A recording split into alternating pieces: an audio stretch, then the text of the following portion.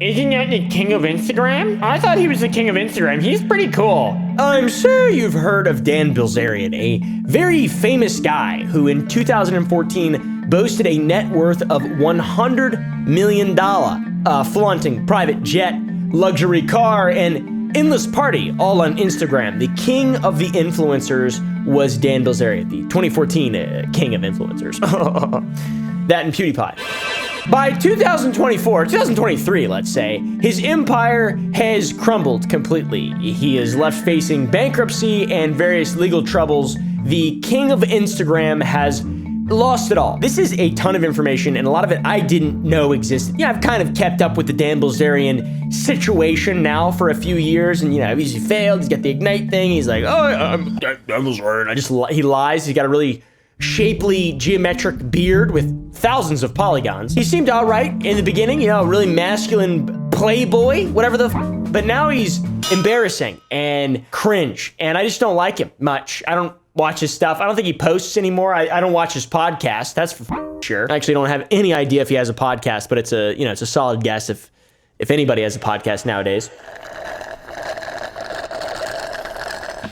In 2014, Dan Bilzerian burst onto the social media scene with an audacious claim. He's the $50 million high-stakes poker guy. Son of a running force. It was widely reported by media outlets like my favorite, the Daily Mail. Very reputable, very reliable, very non-biased. They dubbed him as the $100 million Poker Playboy. This all seemed to form the initial foundation for Dan Bilzerian's carefully constructed and now very public persona. Just managing all the cars and toys and boats and planes is a full-time job in and of itself. The goal of that construction to succeed in the public eye, I guess. At this moment, his Instagram account immediately became a showcase of his extreme wealth, indulgence, and the luxurious life that he's living and all the famous friends that he's got. To be honest, a lifestyle beyond the reach of most. Guns, cocaine-induced heart attacks, and a pet Bengal tiger biting a party girl's breast. No!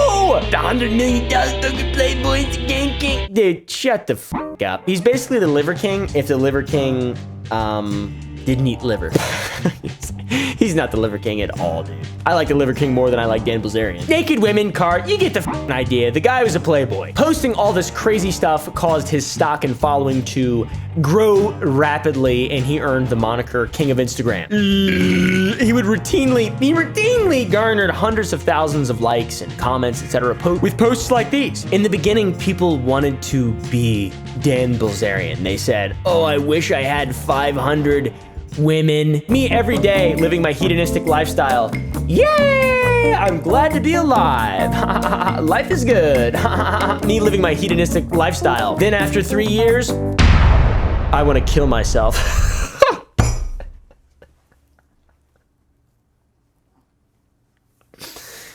Dan Bilzerian. All my businesses have failed. Bilzerian's appeal was to young men, boys, whatever the people who really like the hyper-masculine persona. I don't know, the Andrew Tate kind of character, a lot of guns, beautiful women, the allure of wealth, success. I don't know, he just like, I'm just kind of a contrarian, dude. I was Navy SEAL, I died of a heart attack, came back to life. By the time I finally see this doctor, I can barely breathe, and he's like, holy shit, like you're having a heart attack. I've been in the waiting room for like 50 minutes. And so finally he gives me the nitroglycerin, he puts me in there. I'm like, oh my God, I'm gonna die for sure. It was a potent mix of many different things that captivated millions of people. Now, as his star rose, there were signs of inconsistencies in the narrative he was pushing to craft his image. There were some inconsistencies.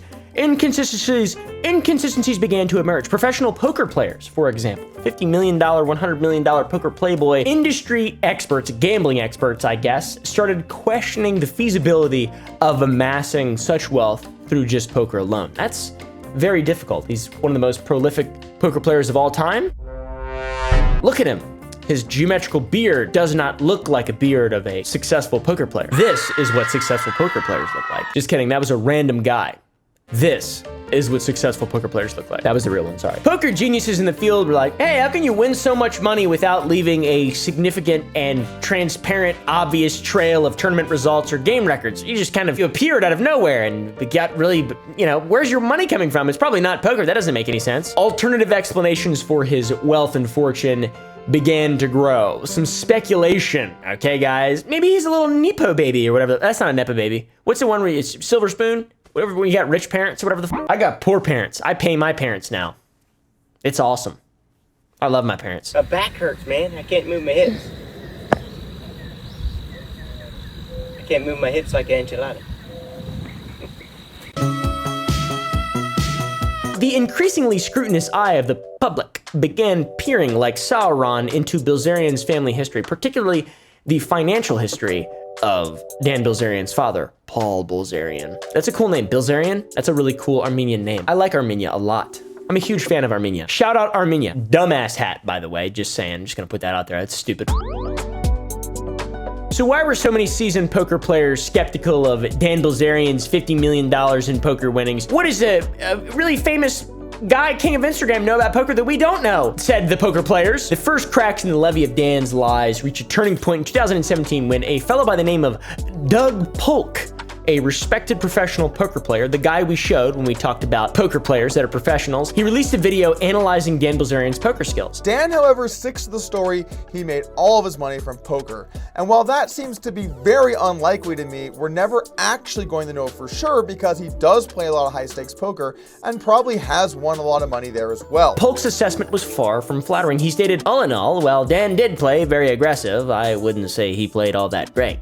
In fact, there was some serious button clicking going on in this match. Now, I don't know what the f that means, but I tell you what, that's a good way to erode your credibility in regard to poker when Dan Polk is saying you're button clicking in the match. Apparently that's not good. Thank you, friend of the show, Dan Polk. The belief that Dan is just a rich boy with wealthy parents is really starting to burgeon, okay? And in 2021, Doug Polk invited Dan on a podcast to talk with him about his poker skills and stated that he should just come out as the rich guy instead of hiding behind the facade that he made all of his money on poker. I think a lot of that stuff comes across a lot weaker than just, being rich. Let the fish tank speak for you. I don't see a reason to have to throw that stuff in all the time. You can't lie about stuff like that. It's the internet. You could do that in the 90s. Isn't it crazy that you could just lie about shit and have like other families and stuff? Don't just have a second family.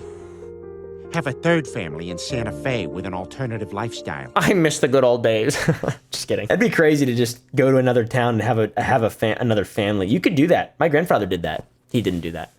He didn't. I just lied. Anyways, Dan Bilzerian's got the jets, the girls' mansion, whatever. Dude, who cares about the poker thing? Your lies are falling apart. To be fair, he did eventually admit to the rich claim, but also stated that he was good at poker and not just a rich kid. But that's jumping ahead a little bit. We got to go back further. The skepticism of the poker community was really the catalyst for the downfall of Dan Bilzerian. Genuinely, this is like the first kind of pen.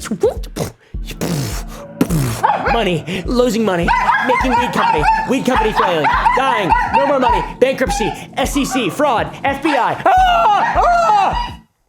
Hey now, come on dogs. Because once again, extraordinary claims in any competitive event, sport, I almost called it a sport, they leave a trail of evidence, especially when you make $50 million. There's a lot of high profile game right there, but shit. Now, to talk about Paul, the father of Dan B, a man whose actions in the 1980s cast quite a long shadow over his son's future claims of self-made wealth. He's transferred substantial assets into a complex ownership structure of offshore trusts and family-owned companies and partnerships. What secrets lie hidden in the elder Bilzerian's past? What horrors?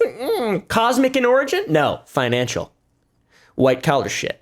All right. Paul made a name for himself as a corporate raider during the 1980s, and he had aggressive takeover strategies and was involved in financial fraud and became the subject of intense scrutiny himself. Convicted of fraud, conspiracy, and other charges in 1989, Mr. Bilzerian remained entrenched in this palace for 2 decades while SEC lawyers were trying to collect the $62 million Mr. Bilzerian owed the U.S. government. A judgment he says was unjust. In 1988, Paul's activities caught up with him when he was convicted of securities fraud and conspiracy to defraud the United States of America. Yeah, you can't do that, you sumbitch. The consequences were severe, resulting in a 4-year prison sentence and substantial financial penalties. For like a year or two, everybody was like, oh, your dad's going to jail. And my dad was always telling me, like, there's no chance I'm going to jail. He's like this eternal optimist.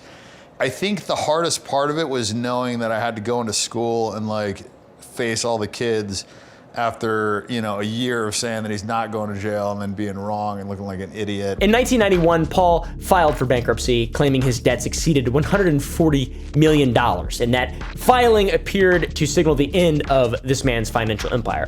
However, there were allegations that surfaced soon after that contradicted the bankruptcy claims. There were reports that suggested Paul had hidden significant assets in offshore accounts, you know, which that did turn out to be absolutely true. This guy looks like he's got a little money hidden overseas. Okay, you know who else has got money hidden overseas?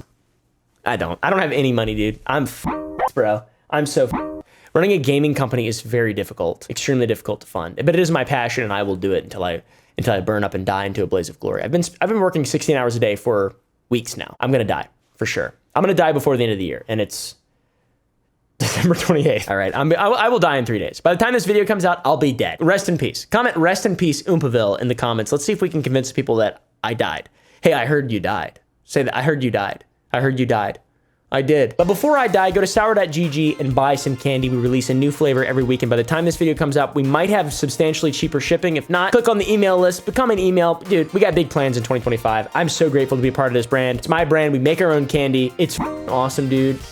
It's so cool. It doesn't make any money. It hasn't made any money. Hopefully now with the cheaper shipping and actually offering and kind of expanding in certain areas. We worked on our presence and the quality of the product and just testing the novelty to see if it even is feasible. Do people even like it? That's what we did in 2024. Now we're going to try to scale to make it cheaper, more affordable for everyone, and yeah, actually make a little money. Because I tell you what, man, it's burdensome. It's burdensome. So go buy some candy. I'm an excellent salesman, but at the end of the day, it is just candy and you don't have to buy it. You know, shipping will be cheaper very soon. Headlines like this paint a very different story. Maybe Dan Bilzerian inherited a substantial portion of his wealth from his father. We call it the inheritance hypothesis, and it holds some water. It's a compelling narrative explanation. I mean, look at that. That is a crazy headline. Paul A. Bilzerian ran cannabis company while owing government more than $180 million, feds allege. It's a very Dan Bilzerian thing to do. Oh, that's not from the 80s or 90s either. That's from 2024. He was indicted in September by a federal grand jury in California for allegedly dodging that judgment from the SEC back then, which is now over $180 million.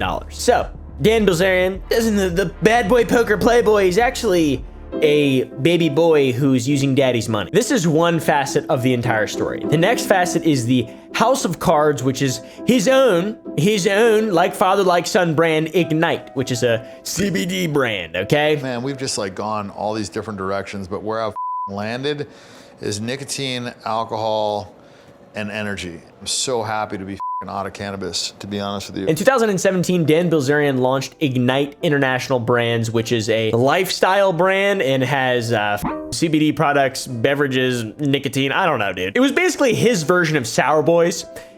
He marketed it heavily on his social media, and it was to appeal to young people, predominantly a male demographic. You've seen some of the adverts. I'm sure you've seen this logo. It was really successful for a while. I even inadvertently bought some CBD pens a long time ago. Hemp. CBD, cannabidiol, is not habit-forming, not mood-altering, and now legal in all 50 states. They were legal in Virginia at the time. Virginia has since legalized marijuana in general, or cannabis, but at the time I bought these, it was still hemp CBD. They did nothing. They literally did nothing. And I just threw them away because I thought it was lame. But it was to help anxiety. I had heard that CBD helps anxiety, and it really doesn't, to be honest. 2 years later, in 2019, Ignite reported a $50 million loss. Staggering! What the fuck? How do you manage a company so poorly that they lose $50 million? I mean, I got a candy company. I tell you what, it's hard, and we're not up to $50 million yet. We kind of break even. All right, we kind of break even each month. It's pretty cool, pretty chill. I know about this though. That's the point. I keep bringing up my own businesses because I know about this. I'm kind of a candy playboy. This insane revelation of the $50 million loss caused investors and observers of the industry to examine Ignite's business practices and its expenditures. How do you lose $50 million in a company that's publicly traded? Oh, that's right, because company funds are being misused to support Dan Bilzerian's extravagant lifestyle.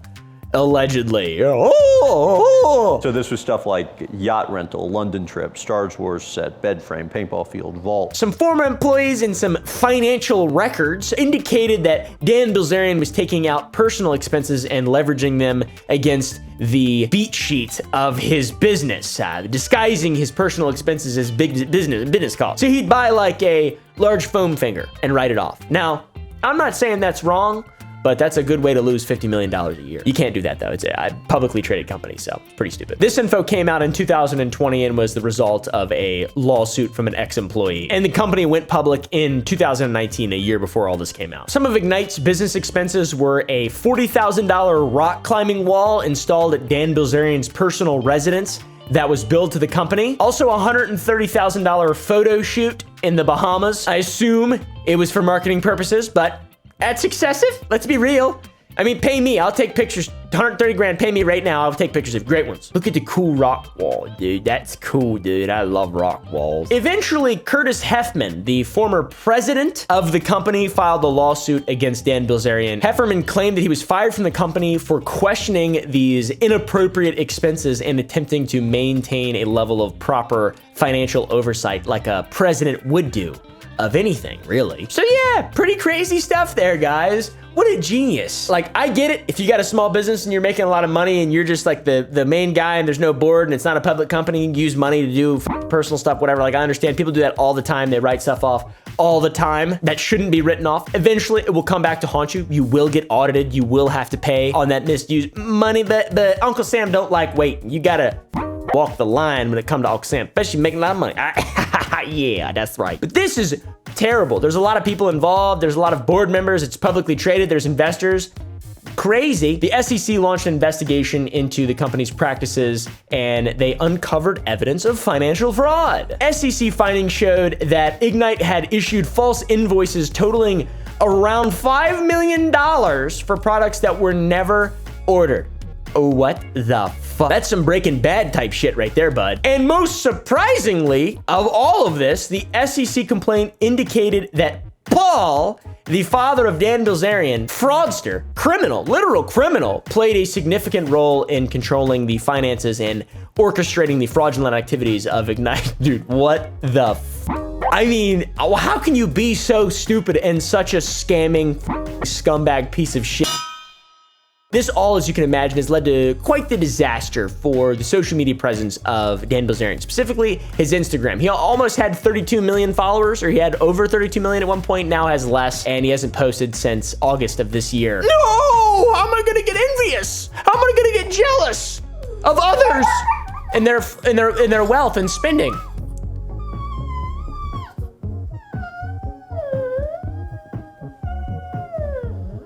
He was on Joe Rogan. Now all you see him doing is failing and being talked about by commentary YouTubers. Terrible dude, embarrassing dude. The lawsuits, the involvement of his father, who he's a dweeb fraudster for sure. And in addition to the federal SEC investigation and the financial practices surrounding Ignite, he's also faced some personal legal challenges. For example, there was a lawsuit where he kicked somebody in the head, a model in the head. That eventually did close without criminal charges, but like, how do you get sued for kicking somebody in the head? Is it because you kick somebody in the head and you settle out of court? Sure, I'll give you $50,000. Sorry for kicking in the head.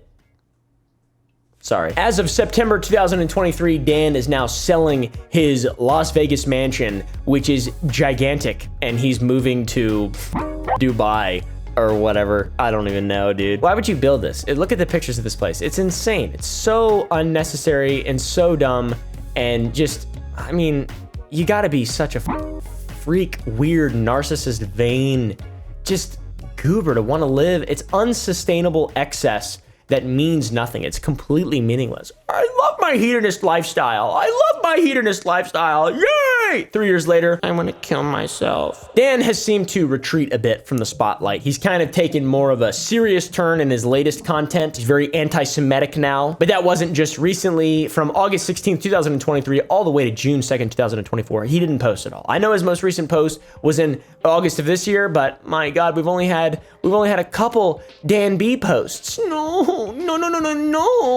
We can't have that. I love Dan Bilzerian. His most recent posts are very critical critical of Israel, and specifically, I believe that's one of the reasons why he's moving to Dubai.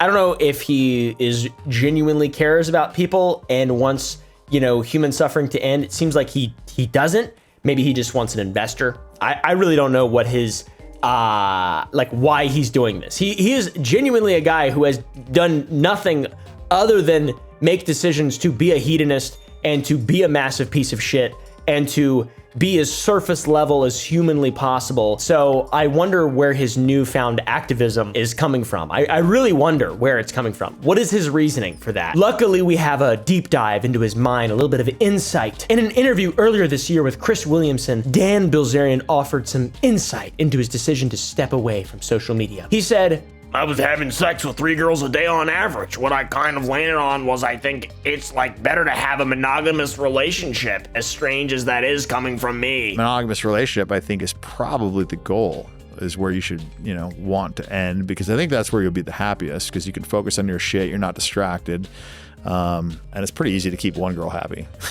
You know, I did it with like 100. So like one is peace, one is very simple. yeah, dude. Crazy stuff, man. That's really wild. His personal values have changed drastically. He also likened his previous lifestyle to an addiction with the chase of thrills. Dude, I don't know, man. You know, I just beat all my addictions when I was writing my book. I beat my sex addiction, my gambling addiction, my weed addiction, which was actually one of the harder ones to beat. And then I kind of like went back into all that stuff, and then kind of beat it again. And I think when you beat it a second time, you're just like, okay, like, you know, we got like enough, you know? This comment here, I say, puts it absolutely best. I don't believe anything he says. He's still just a rich kid seeking validation. That is exactly what it seems like to me. He just he burned out. He got shit on. Now he's got to find another audience that's going to accept him without questioning him and it's really weird, dude. I don't like Dan Bilzerian. And now the latest is this: his convicted corporate raiding father and an article about his vaping company on the justice.gov website. No wonder he's running away to Dubai. No wonder. I don't know what exactly is going on here. I don't know if he's trying to blame this on the deep state. Dude, financial manipulation. Paul Bilzerian, deeply involved. His papa, $5 million in false invoices. That's what the SEC found. That's unbelievable. In my unprofessional opinion, I think that the possibility of an asset seizure makes perfect sense as to what Dan's most recent decisions are. He's gonna run away. He's gonna flee the country. Oh my God, my investment's dead for sure. I put 17,000 wampum in Ignite International Brands Ltd, aka Bills, on the trade. And now it's only at 55 cents. Oh, crap. Hey now, dick shit. I said dick shit. Dipshit. So yeah, not exactly the turn you would expect to see going from this guy on Joe Rogan's podcast, I'm a gambling playboy, to his father being installed in his vaping company and a lot of fraud and them facing charges, and now him running away to Dubai. And just what an interesting, deceptive human being, taking advantage of everyone's attention at every single turn and being purely dishonest from the beginning until the end. He was literally born out of dishonesty. His father, for example. I don't know why anyone would believe a single word that Dan Bilzerian says, or trust him, or think that the things he's saying are badass, regardless of, you know, if there's nuggets of truth and you know, you gotta work hard and you gotta go out there, whatever the he says, you gotta build brands, build businesses. It's scary when people who are puppeting these types of things, who are the hedonists with the money. A lot of people knew it was wrong from the very beginning. They always end up like this. They always end up absolutely failing. And dude, even the October shooting that happened a couple years ago, the country music shooting, the Steven, whatever the guy with all the magic weapons in the casino in Las Vegas. I mean, this guy's a fool. He tried to ask a cop for the cop's gun. Bro, what a dumbass. Nobody quite deserves the downfall more than Dan Bilzerian. Thanks for watching, guys. See you in the next one.